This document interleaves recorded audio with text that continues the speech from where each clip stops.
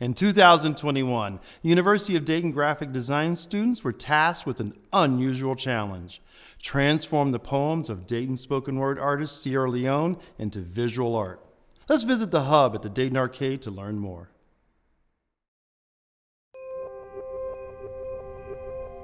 Walk with me through a city within a city. Walls holding a cornucopia of heritage. Passageways and corridors filled with antique joy and treasured wisdom. The Hub is really designed to be an immersive, experiential learning platform for students, as well as a space for startups to really develop and grow. The Hub is a joint venture between the University of Dayton and Dayton's Entrepreneur Center. And it really creates this unique blend of active businesses who are there every day working and students coming in to take class on a daily basis and making those connections. We want the Hub to be a space for everybody.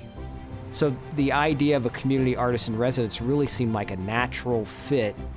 Sierra Leone is the first artist in residence for the Hub. And so we were talking to Sierra about doing a piece for us for the opening.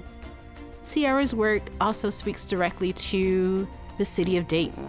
A lot of her poems, all of the things that she does really talks about space and place, but also can speak to the vision of what we hope the space to become. Not just where we are now, but where we see the space growing into. My vision was to write the commissioned poem, but the vision that was a much greater vision was the commission of a body of work, was to work with students, was to form alliances in spaces that I had never been in. Luckily, Sierra, as that first artist in residence, she has also had experience on her own working in education settings. And so we thought that that would be a great opportunity for her to come in and kind of work directly with the students on the things that they're learning in class, but also just her life experience as an artist. The first charge for the students was to create a 24 by 36 poster. There's a lot more at stake when you are visualizing someone's poetry, someone's inner feelings and life's work. This whole process for me has felt very vulnerable. I think anytime a poet is going to put themselves on display, you are so vulnerable. You are saying to the world, I'm healed enough for you to look at me fully, completely, and to judge that. I gave the students the whole body of work over a weekend, and I said, you're going to read all of these, and then Sierra will come in and tell you the background story and then do a spoken word reading of that chosen poem.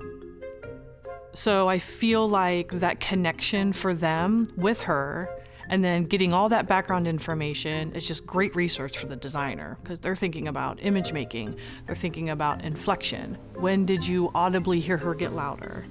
When did she get softer? When did she feel abrupt?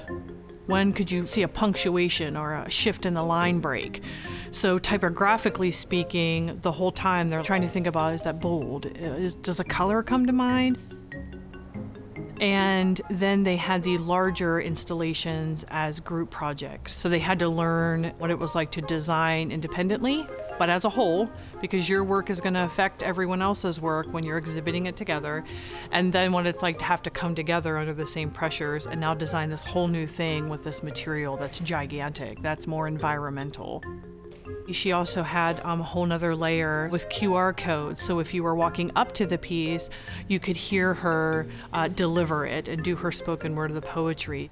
And I think it just gave it a whole different dimension of experience. Walking with words, it's like, oh, how do we move the body through? How can you use type and language to move someone through a space? Extracting those moments, being playful with it in the space was really exciting. You think of poetry, you think of book, you think of page, you think of something that's very flat, but this overall exhibit really heightens that to a new level of adding in audio, adding in visual, You can sense it and you can touch it in ways that you don't typically think about when you think about poetry. I want you to imagine giving someone